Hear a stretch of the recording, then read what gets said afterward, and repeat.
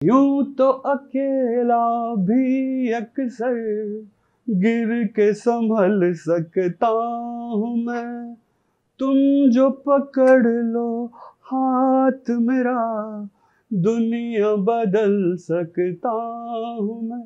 Hi, I'm Kapil. Today we are launching Pivot Point series which is brought to you by Crossroad Times. तो आज के हमारे guest हैं बहुत ही special mister Anil Gupta. ये एक बिजनेस गुरु हैं, ये स्टार्टअप मेंटोर हैं और सबसे इंपॉर्टेंट बात, आज हम जानेंगे हिंदू एंटरप्रेन्योरशिप के बारे में कि कैसे वो स्टार्टअप में एक मददगार साबित हो रही है.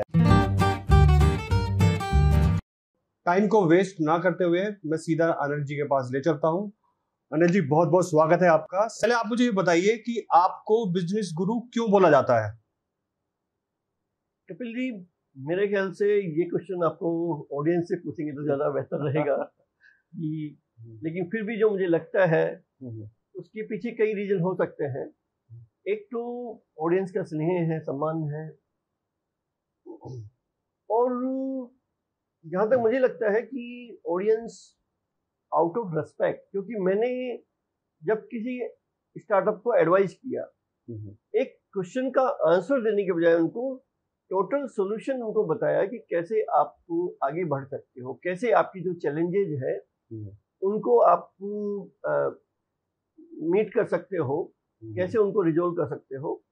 तो एक तो वो रीजन है कि उन्होंने एक गुरु के रूप में मुझे पाया है. दूसरा मेरा जो निजी विचार है कि जो हिंदू दर्शन है वो एंटरप्रेन्योरशिप को बहुत ज्यादा प्रमोट करता है. आज से 5000 साल पहले जब दुनिया की में ज्यादातर सभ्यताएं अपनी सभ्यता की जर्नी चालू भी नहीं की थी, उस समय पे हमने नेशनल लेवल पे सोशियोलॉजी और इकोनॉमिक्स को इंटीग्रेट किया था. ठीक है, बाय वे ऑफ वर्ण व्यवस्था. ठीक है, किसी को बिजनेस फंक्शन हमने दिया कुम्हार का, आप इसमें इनोवेशन कीजिए, इसमें आप काम कीजिए. किसी ने बिजनेस फंक्शन चूज किया सुनार का, आप इसमें इनोवेशन कीजिए, कंटिन्यूस लर्निंग कीजिए, कंटिन्यूस इनोवेशन कीजिए. और ये सिस्टम इतना सफल रहा कि अगले 3000 साल तक वर्ल्ड जीडीपी में हमारा 25% कंट्रीब्यूशन था. ओके, तो सर आप कहीं ना कहीं ये कहना चाह रहे हैं कि हिंदू ही धर्म है जो बिजनेस कर सकते हैं. नहीं, मैं ये नहीं कहूंगा कि हिंदू धर्म ही बिजनेस कर सकता है या, और ये जो प्रथा थी SC ST, ये पॉजिटिव आप इसको मानते हैं?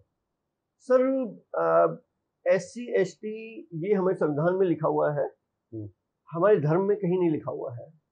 धर्म में पुरुष सूक्त ऋग्वेद में लिखा हुआ है 10वें अध्याय के अंदर.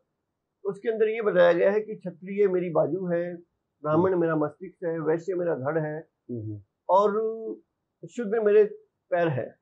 अच्छा, तो अब इसमें ये बताया गया है कि सभी वर्ग मिलके एक बॉडी का निर्माण करते हैं, और पैर कोई अपवित्र नहीं है. किसी ने अपने पैर नहीं कटवाए, और जब आप किसी के सम्मान देते हो तो उसके चरण छूते हो. यदि अपवित्र है तो चरण क्यों छूते हो? तो ये जो शूद्र को गलत रूप से पेश किया गया है वो वेद सम्मत नहीं है. हिंदू दर्शन इस चीज की कभी आज्ञा नहीं देता है. हिंदू दर्शन आपको एंटरप्रेन्योरशिप के लिए कई मायने में प्रमोट करता है, कई मायने में आपका ये टॉर्च बीरर हो सकता है, मार्गदर्शन हो सकता है.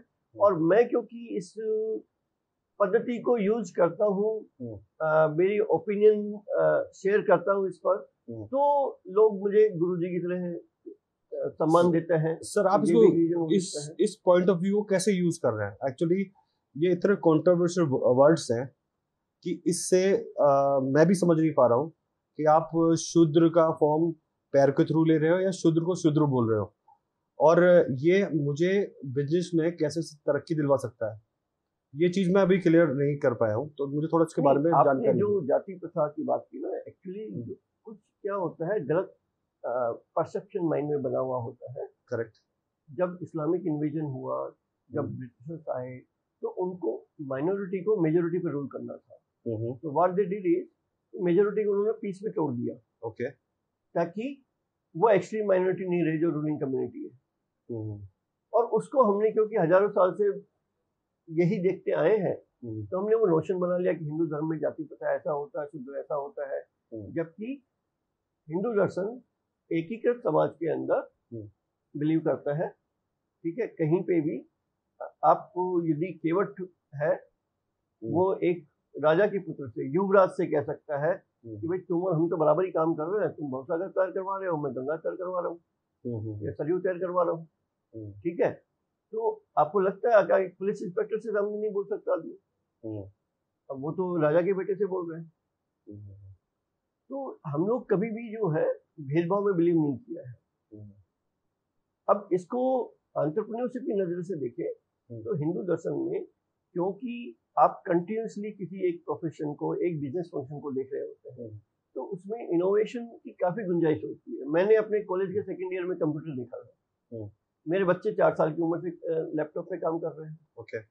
तो ये एक फर्क होता है कि अब वो जो चीज मैंने सेकेंड ईयर में आके सीखी, वो बच्चे अपनी प्राइमरी एजुकेशन के टाइम पे सीख रहे हैं। तो कंटिन्यूस इनोवेशन का उनको चांस मिलेगा। तो इनोवेशन का हिंदू धर्म से मुझे अभी भी क्लियर नहीं हुआ है कि क्या संबंध है और कैसे बिजनेस एंगल से हम सक्सेस ले सकते हैं अगर हम हमारे दर्शन हिंदू धर्म के अकॉर्डिंग हो।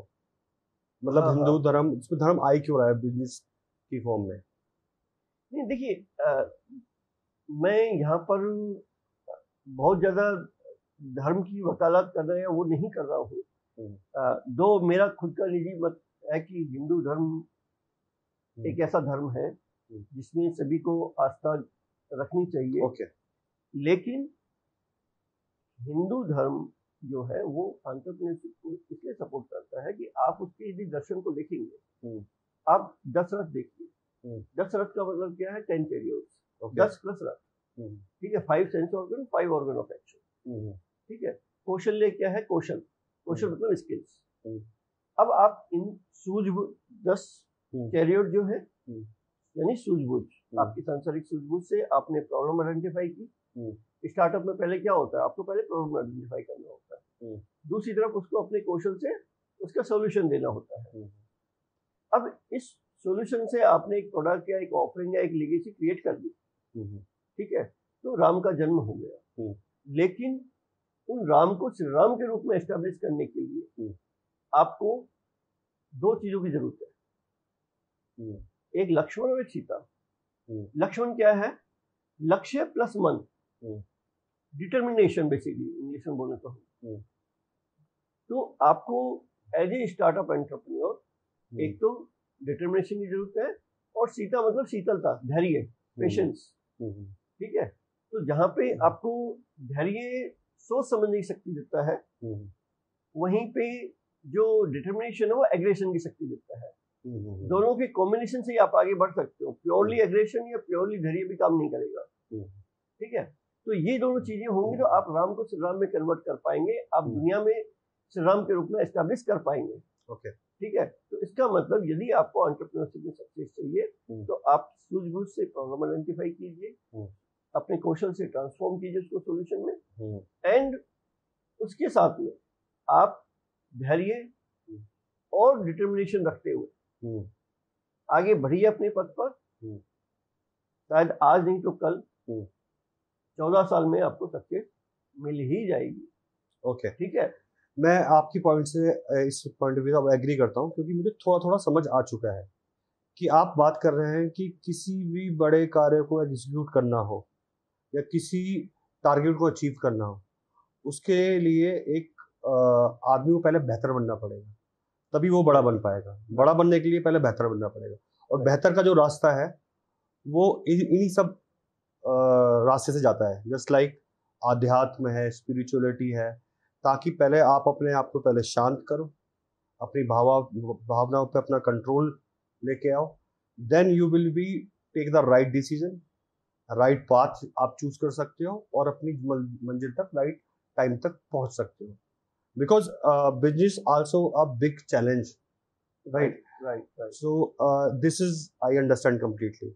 बेसिकली मेरा ये कहना है कि जो हिंदू दर्शन है इससे आपको इमोशनल से रैशनल की तरफ जाने में और अवेयरनेस से एजुकेशन की तरफ जाने में बहुत हेल्प मिलेगी, जो कि आपके एंटरप्रेन्योरशिप मिशन के लिए ऑक्सीजन की तरह है।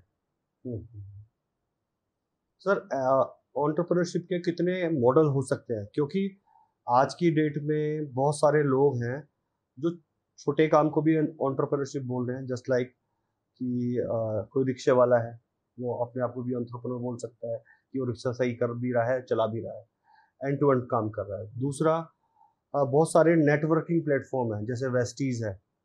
90% लोग नेटवर्किंग कर रहे हैं, अपने आप को एंटरप्रेन्योर बोल रहे हैं।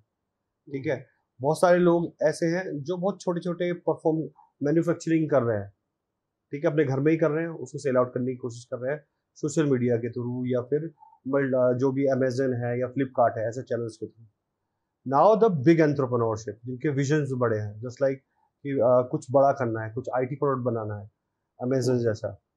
सो आप कैसे डिवाइड करेंगे कि ये जो एंटरप्रेन्योरशिप के मॉडल्स ग्राउंड पे चल रहे हैं, इसको किस पार्टों में डिवाइड करेंगे कि लोग ये सारे एंटरप्रेन्योरशिप के मॉडल हैं, या फिर ये अलग चीज है? एंटरप्रेन्योरशिप ये बोलती है कि हमें ऐसे परफॉर्म करना है, this is a way. Okay, देखिए, जो ये स्टार्टअप और एंटरप्रेन्योरशिप से रिलेटेड टर्मिनोलॉजी है ना, ये बहुत ज्यादा मिसयूज हो रही है। एंटरप्रेन्योरशिप बेसिकली जब आप कोई ऐसी प्रॉब्लम रिजॉल्व करते हैं जो आज से पहले किसी ने नहीं की, ओके, आप फ्यूचर को प्रेजेंट में लाने के लिए प्रयास कर रहे हैं। जो कहते हैं ना कि भागीरथी को हम देवलोक से धरती पे लेके आए थे, तो मतलब आप जो है आज एग्जिस्ट नहीं करती है, लेकिन आप उसको इस धरती पे लेके आ रहे हैं। तो ऐसा मिशन जो होता है वो एंटरप्रेन्योरशिप मिशन है। इसके अलावा एक होता है बिजनेस, मैं ग्रोसरी का स्टोर खोला हुआ है, या रिक्शा चला रहा है कोई आदमी, या कोई छोटा मोटा और कोई भी पान का शॉप खोला हुआ है, सीए की प्रैक्टिस कर रहा है। ओके, ठीक है, तो ये सब बेसिकली बिजनेस हो गए। हालांकि सीए की प्रैक्टिस को बिजनेस में कंसिडर नहीं करते हैं टेक्निकली, बट प्राइमरीली देखा जाए तो ये इसमें ऐसा कोई इनोवेशन नहीं किया जा रहा है। इसके दूसरी चीज आती है इंडस्ट्रियलिस्ट, और तीसरा आता है जैसे बिजनेस, इंडस्ट्रियलिस्ट, एंटरप्रेन्योर। ये लगते सब एक जैसी टर्म्स है। टाटा जो है वो इंडस्ट्रियलिस्ट है, अंबानी है वो बिजनेसमैन है। ओके, ठीक है, और जो पेटीएम है फॉर एग्जांपल, वो एंटरप्रेन्योरशिप है। ओके, जो विजय शेखर शर्मा है वो एंटरप्रेन्योर है, क्योंकि उन्होंने एक ऐसी चीज बनाई जो आज से पहले एग्जिस्ट नहीं करती थी, उस प्रॉब्लम को सोल्व किया उन्होंने। तो ये टर्म थोड़ा सा लोग सिनोनिमस यूज करते हैं, वो करना नहीं चाहिए। हर एक की अपनी मीनिंग है, और मुझे लगता है एंटरप्रेन्योर्स की एक ही डेफिनेशन है कि how you can bring future to the present. Very nice sir. Sir, अब मुझे थोड़ा ये क्लियरिटी आई है कि सेल्फ एम्प्लॉयमेंट क्या हो गया, एक तो क्लियर हो गया, दूसरा बिजनेस क्या है, एंटरप्रेन्योरशिप क्या है, और उसके आगे इंडस्ट्रियलिस्ट क्या है। राइट, इंडस्ट्री और बिजनेस, जैसा आपने बोला, एग्जांपल दिया, Tata is industrialist, right, and Ambani is a businessman. Right, difference क्या है दोनों में? देखिए, टाटा जब भी काम करता है वो पूरा मैन्युफैक्चरिंग खुद करता है, ठीक है, और फिर उसको बेचता है। जबकि अंबानी को इससे कोई परहेज नहीं है कि मुझे इंडस्ट्रियलाइजेशन ही करना है। उनको ये देखना है कि मुझे मनी अर्निंग की फिजिबिलिटी कहाँ नजर आ रही है। मुझे ट्रेडिंग करना है, मैं ट्रेडिंग भी कर लूंगा, मुझे मैन्युफैक्चरिंग करनी है, मुझे मैन्युफैक्चरिंग कर लूंगा। ठीक है, तो ये बेसिकली बिजनेस में है। आपने रिटेल का एक चेन खरीदना है, रिटेल का चेन खरीद के वो काम कर रहे हैं, तो वो इंडस्ट्रियलिस्ट नहीं है। यदि इनके रिलायंस के स्टोर खुले हुए हैं तो वो कोई मैन्युफैक्चरिंग नहीं हो रही है, वो केवल एक पॉइंट ऑफ सेल है। राइट, तो ये बिजनेस है। ओके, लेकिन टाटा क्या करता है, टाटा ज्यादातर मैन्युफैक्चरिंग करता है।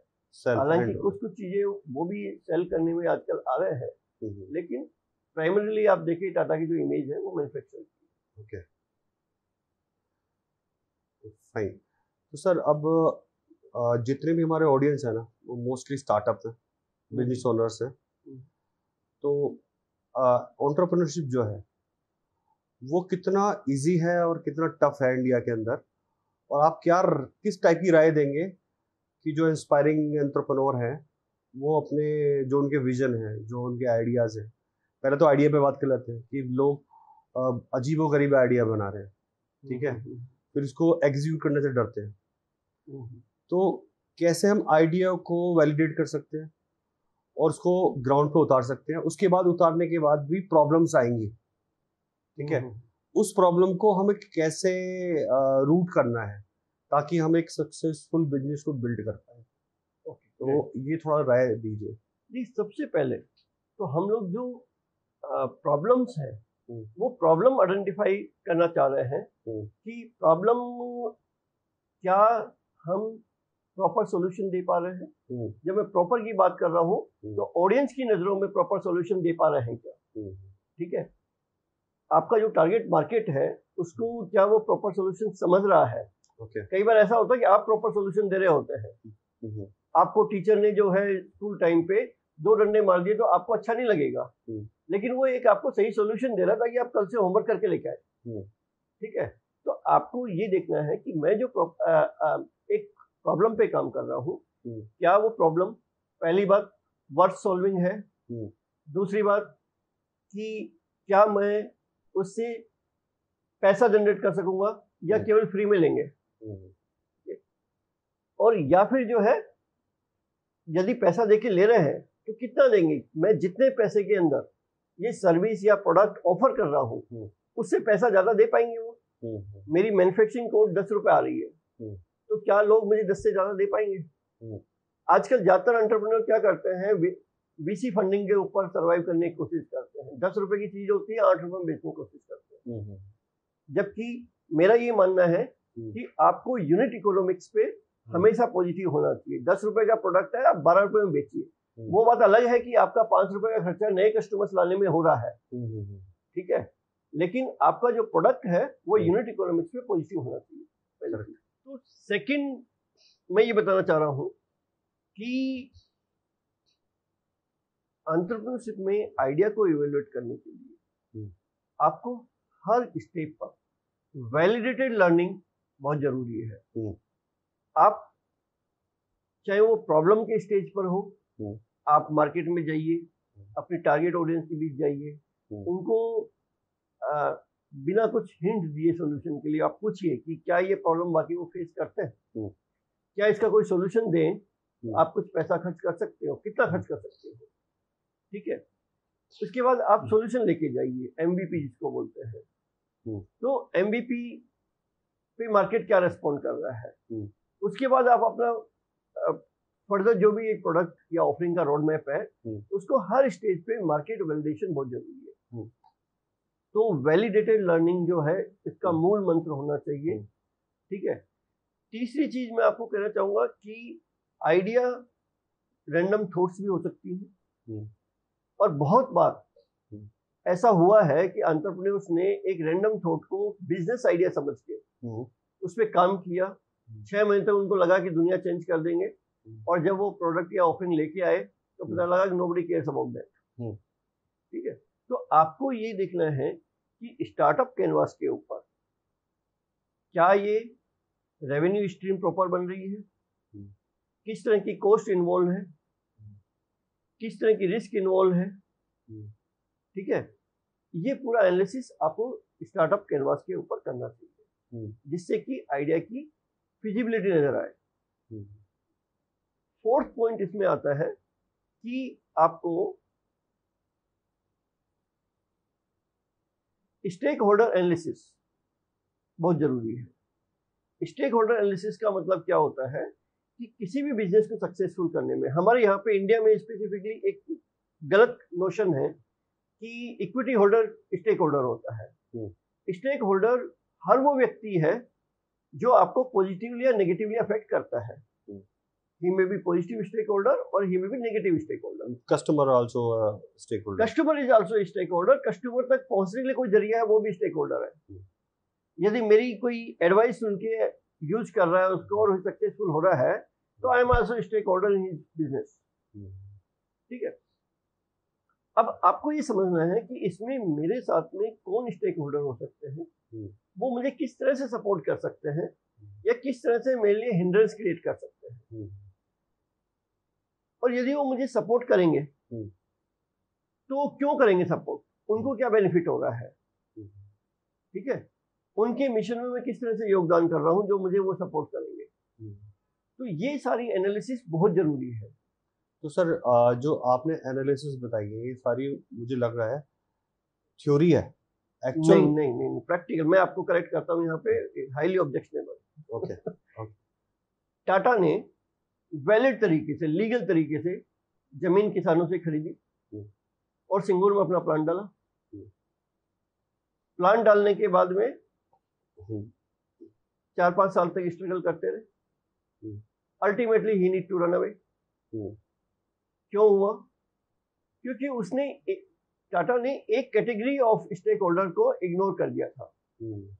जो बटाई पे खेती कर रहे थे वो लोग बेरोजगार हो गए थे, तो उनको इग्नोर कर दिया.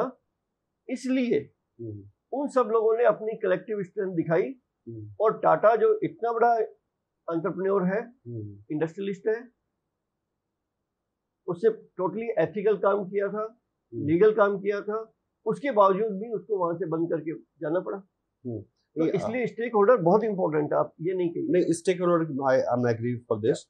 इम्पोर्टेंट इज दैट कि मैं जो बात कर रहा हूँ वो बात कर रहा हूँ बहुत सारे स्टार्टअप जैसे सोच रहे हैं और जिनके पास ज़्यादा फंड नहीं है और वो फंड और अपनी एनर्जी इनिशियली वैलिडेशन में लगाएंगे, तो वो एग्जीक्यूशन पे क्या करेंगे? वो कर ही नहीं सकते क्योंकि 90% जो मैं देख रहा हूँ जो सॉरी मुझे थोड़ा दिक्कत हो रही है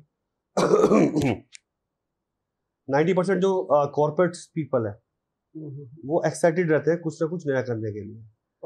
अब वो एनालिटिक्स करते हैं. राइट. ये सारे नॉलेज वो लेते हैं. बहुत सारे लोग ये भी शोज देखेंगे, इससे भी नॉलेज लेंगे. राइट. लेकिन जितना वो नॉलेज ले रहे हैं उतना वो फंस रहे हैं. राइट. वो स्टेप को अप ही नहीं कर पा रहे हैं. कहीं ना कहीं वो कुछ भी बिजनेस आइडिया को एग्जीक्यूशन मॉडल तक लेके नहीं आ पा रहे हैं और वहीं वो स्टॉप हो जाते हैं.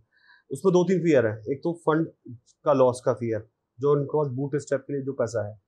दूसरा, उनको राइट टीम का पता ही नहीं है कैसे उनको राइट टीम तक पहुंच रहे हैं, जिसमें स्टेक होल्डर आप जिसको बोल रहे हैं. राइट. लैक ऑफ नॉलेज का इश्यू आ जाता है क्योंकि वो कहीं ना कहीं काम कर रहे हैं. तो इस सिनेरियो में सबसे बड़ा ड्रॉबैक ये है कि स्टेप अप करने से लोग डर रहे हैं, एग्जीक्यूशन राइटली कर ही नहीं पाएंगे. जो कर रहे हैं वो 1-2 बार एग्जीक्यूशन करके बैक आने हैं. तो इन फ्यूचर जो ये एलिट लोग हैं जो स्टार्टअप को स्टार्ट करने की सोचते हैं फिर बैक आ जाते हैं, तो किस टाइप के लोग हैं जो सक्सेसफुल रन कर सकते हैं? माइंडसेट को कैसे डेवलप करना चाहिए कि हाँ, और हम एक एटलीस्ट एग्जीक्यूशन तक तो लेके आए अपने आइडिया को. मैं आइडिया समझ गया, आइडिया को कैसे चूज करना है. राइट. राइट. तो इस पर थोड़ा सा प्रकाश डालें. आपने air pollution, water pollution, noise pollution सुना होगा. यस. एक और पोल्यूशन जो मैं कहता हूँ वो है 3I पोल्यूशन. ओके.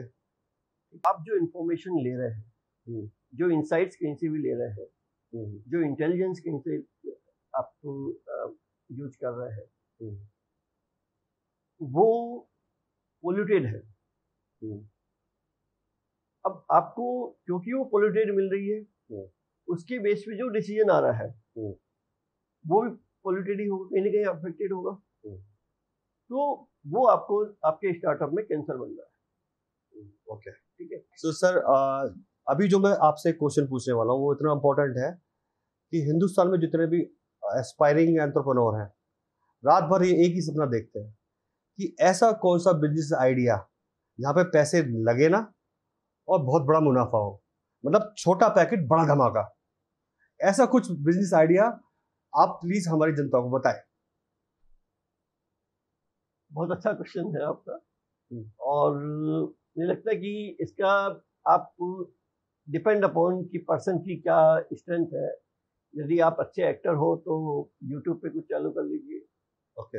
यदि आप बोलने में अच्छा है तो आप कर सकते हैं। आपकी और कुछ भी नहीं कर सकते हैं तो आप पॉलिटिशियन बन जाइए, बहुत पैसा कमा लेंगे। Isn't it? लेकिन एज ए बिजनेस कोच मैं आपको ये बताना चाहूँगा कि हर बंदा कह रहा है कि ये आइडिया दुनिया चेंज कर देगा, बहुत पैसा कमाएगा, लेकिन एक्चुअल में यदि देखा जाए तो आपको कैसे इवेल्युएट करना है इसको। आप ये देखिए कि दुनिया में क्या चेंज हो रहे हैं और उस चेंज के कारण से क्या गैप क्रिएट हो रहे हैं और क्या अपॉर्चुनिटीज क्रिएट हो रही है। ठीक है, अब आज की डेट में 5G आ रहा है, आज की डेट में AR VR टेक्नोलॉजी आ रही है, वेब 3.0 टेक्नोलॉजी आ रही है, तो ये 5th इंडस्ट्रियल रिवोल्यूशन आ रहा है। इसमें कई सारी चीजें ऐसी फिजिबल हो जाएंगी जो कि पहले नहीं थी। फॉर एग्जाम्पल, आज GPS में आप देखते हैं कि ट्रैफिक कहाँ पे है, ठीक है, कितनी देर में पहुंच जाऊंगा, कितनी दूरी है। हो सकता है कि आने वाले टाइम में आप 10 डायमेंशन के बेसिस पे GPS देखें। फॉर एग्जाम्पल, कोई एस्थमेटिक पेशेंट है तो वो देखेगा कि लोवेस्ट पोल्यूशन रूट से मैं कैसे जा सकता हूँ। ठीक है, तो आपको ये देखना है कि because of involvement of the technology, because of change in the purchasing power, because of change in the mindset, ऐसी क्या चीजें जो पहले फिजिबल नहीं थी अब फिजिबल है। और फिजिबल होने के साथ में उसकी जो मार्केट साइज है वो इतनी बड़ी है कि यदि मैं उसको सिग्निफिकेंटली कवर करूं तो एक बड़ा आइडिया बन सकता है। Okay.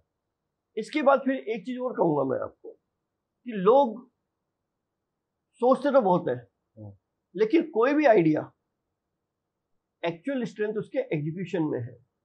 आप एक बेबी प्रोडक्ट से लेकर और इसको इंटरनेशनल लेके जाइए, आप कैसे इसको अपने आसपास में सेल करेंगे, कैसे पूरे हिंदुस्तान में सेल करेंगे, कैसे इसको ग्लोबलाइज करेंगे, वहां तक की आपकी रोड मैप होनी चाहिए। तभी आप ये कह सकते हैं कि हाँ, I can make the unicorn. तो सर, जैसे आपने बताया, आइडिया को वैलिडेट करने के लिए हमें टेक्नोलॉजिस्ट भी बनना पड़ेगा, हमें इकोनॉमिक्स भी बनना पड़ेगा, एंड हमें सारे पैरामीटर्स को वैलिडेट करना पड़ेगा, तब जाके मैं एक आइडिया को अप्रोच कर पाऊंगा एग्जीक्यूशन के लिए। अब मेरा आपसे एक नेक्स्ट क्वेश्चन ये है कि एज ए इकोनॉमिस्ट आप इंडिया की इकोनॉमी को कैसे देख रहे हैं? क्या उस इकोनॉमी में ये जो स्मॉल सेगमेंट के एंटरप्रेन्योर हैं जो थोड़ा सक्सेसफुल है, उनको कुछ बेनिफिट मिलेगा और कैसे वो और बेनिफिट ले सकते हैं? तो प्लीज इस पर प्रकाश डालिए थोड़ा सा। बिल्कुल, मैं ये कहूंगा कि आज की डेट में इतनी अपॉर्चुनिटीज क्रिएट हो रही हैं और हिंदुस्तान की सरकार इस चीज के लिए इतनी सजग है कि हमारी डिप्लोमेसी ही इकोनॉमी के अराउंड घूमती है। अब आप देखिए कि हम लोगों ने डिफेंस में बहुत सारे आइटम ऐसे हैं जिन पे इम्पोर्ट करते थे आज से पहले हमेशा, उनके इम्पोर्ट में बैन लग गया है। अब जो एंटरप्रेन्योर इंडिया में प्रोड्यूस करेंगे वही डिफेंस कंज्यूम करेगी। इसका मतलब वो मार्केट अब हमारे एंटरप्रेन्योर्स के लिए अवेलेबल है। इसी तरह से आप देखेंगे कि रुपए को कन्वर्टेबल किया कि रुपए में आप ट्रेड कर पा रहे हैं। तो इससे क्या हुआ कि जिन जगह पे डॉलर में ट्रेड पॉसिबल नहीं था वहां पर आप रुपए के अंदर ट्रेड कर पाएंगे। तो क्या होगा कि वहां पर जो बाकी लोग अपनी करेंसी में ट्रेड नहीं कर पा रहे हैं, इसका मतलब वहां पे मार्केट कंपटीशन कम है, तो हम कम कंपटीशन में अपने सामान बेच पाएंगे। तो रुपए के ट्रेडिंग से एक छोटे एंटरप्रेन्योर को कुछ सपोर्ट मिलेगा या नहीं मिलेगा? बिल्कुल मिलेगा। कैसे मिलेगा? अब आप देखिए कि फॉर एग्जांपल टेक्सटाइल एक सेक्टर है, हम लोग कट थ्रोट कंपटीशन फेस करते हैं काफी सारे कंट्रीज से, ठीक है। अब यदि जो है कुछ मार्केट ऐसे हैं जहां पर कि डॉलर में बिजनेस नहीं हो रहा है, तो क्या होगा, इंडियन एंटरप्रेन्योर अब उन जगह पे एक अपनी रेट्स पे काम कर पाएगा।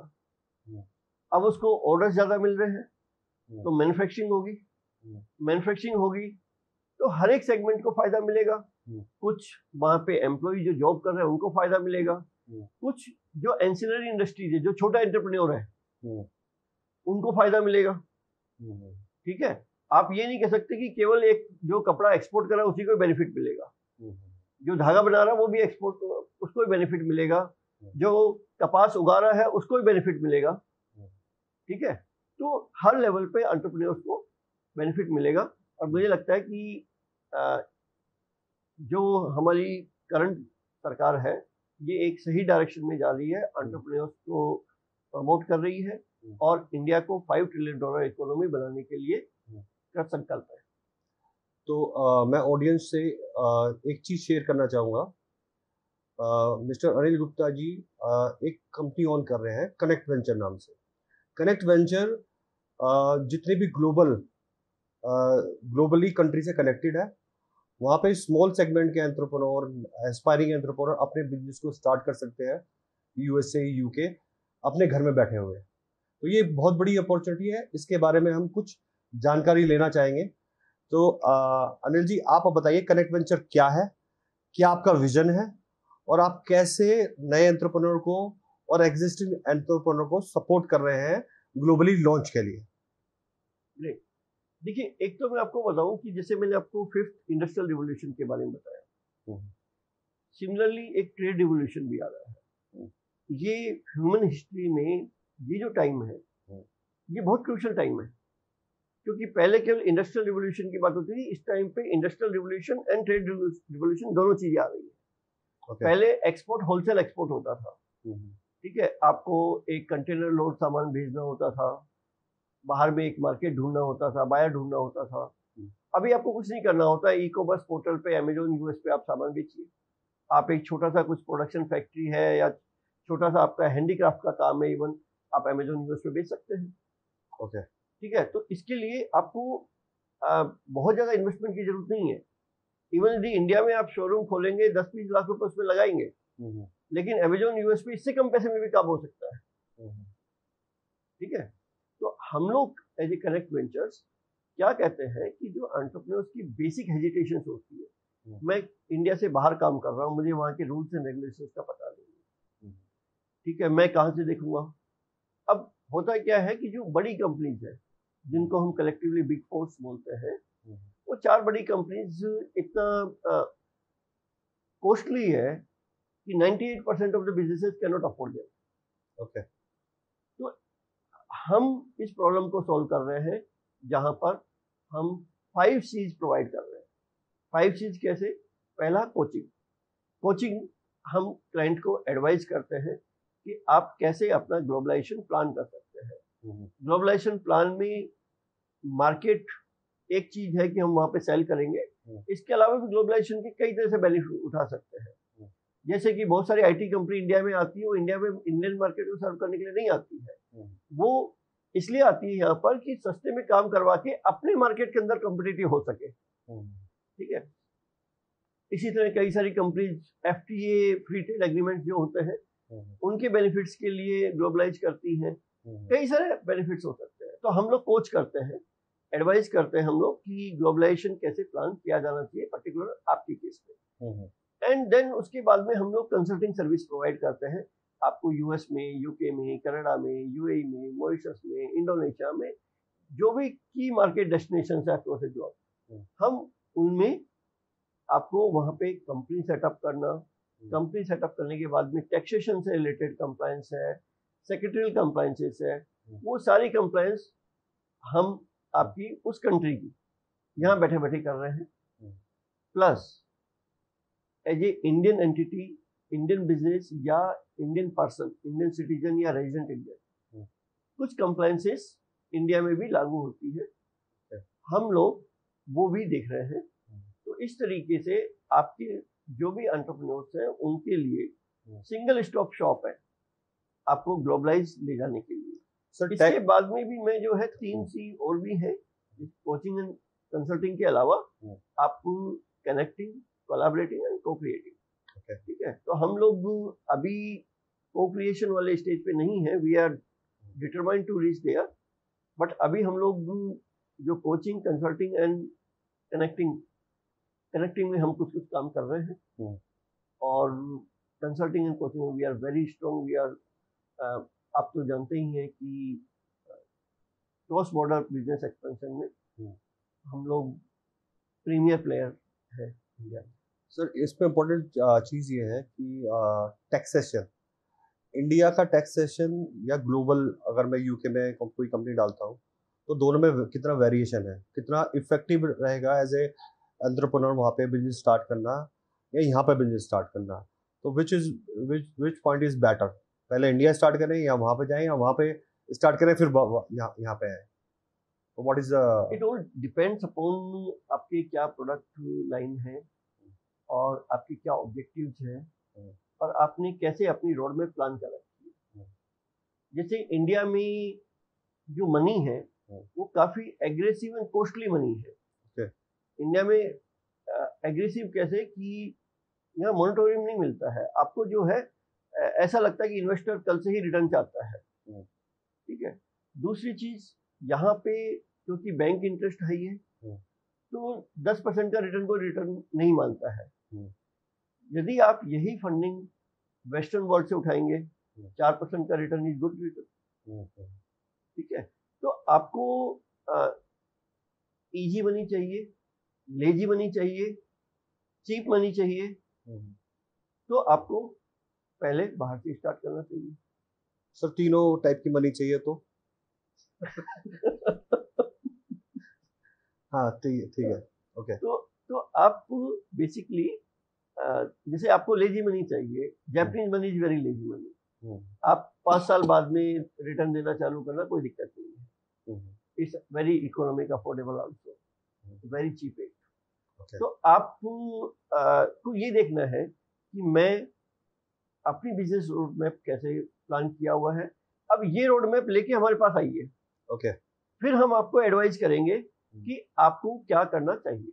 ओके। तो this is the part of coaching, जहाँ पे हम उनको बताते हैं कि आपका ओवरऑल इस तरह का रोड मैप होना चाहिए। आप पहले इंडिया में स्टार्ट करें या आप पहले यूएस में स्टार्ट करें या यूके में स्टार्ट करें। सर सपोज मैं टैक्स कंप्लाइंस कंप्लीट नहीं करता हूँ किसी भी कारणवश, तो मुझे जेल इंडिया के जेल में होगी या फिर मुझे यूएस जाना पड़ेगा? तो अगर मैं टैक्स कंप्लाइंस कंप्लीट नहीं कर पाता हूँ तो? देखिए, पहली बात तो हम लोग कभी भी जो है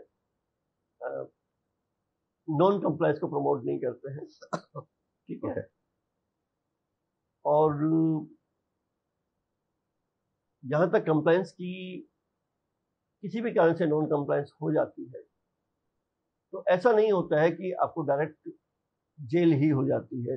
ये मिथ है, मार्केट में बहुत सारे लोगों ने अलग अलग नोशन पाले हुए हैं।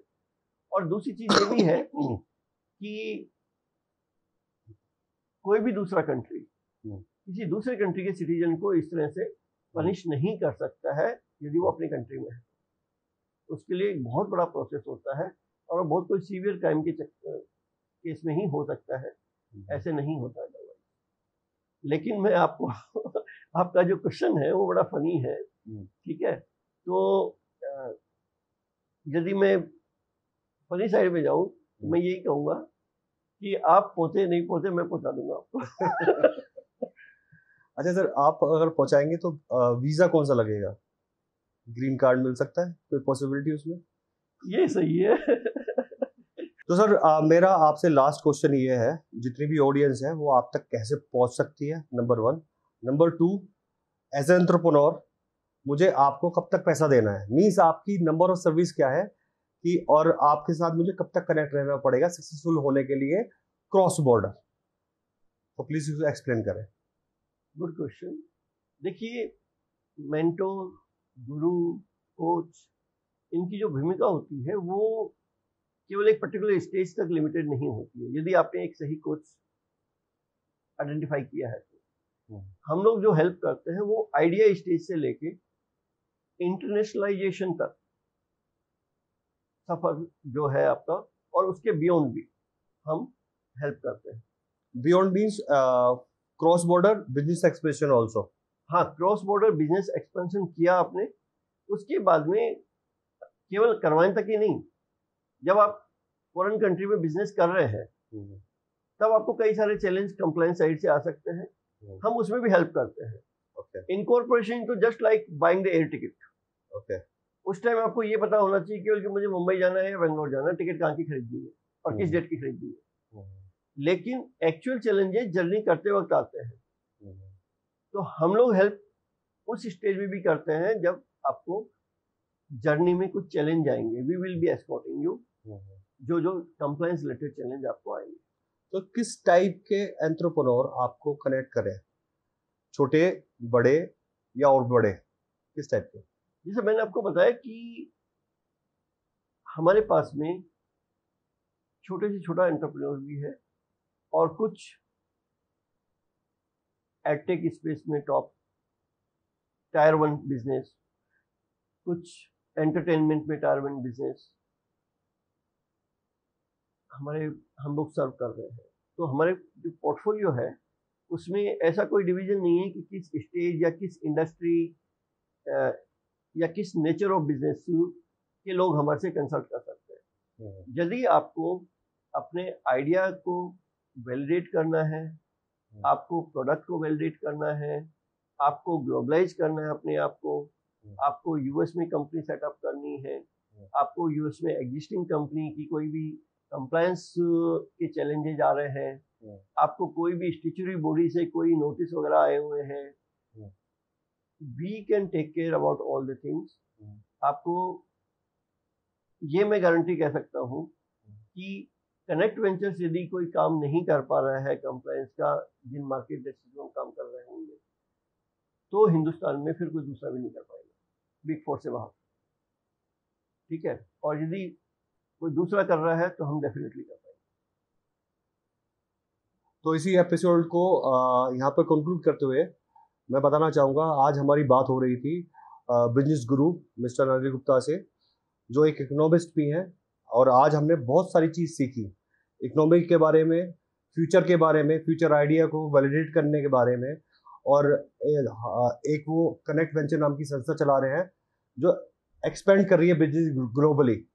तो जितने भी छोटे हैं एंटरप्रेन्योर हैं, छोटे में आ जाते हैं यूट्यूबर्स, छोटी आईटी कंपनीज, इन सबको अगर एक्सपेंशन करना है ग्लोबली तो ये एक राइट प्लेटफॉर्म है कनेक्ट वेंचर।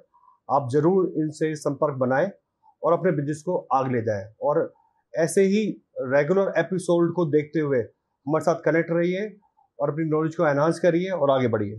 Thank you.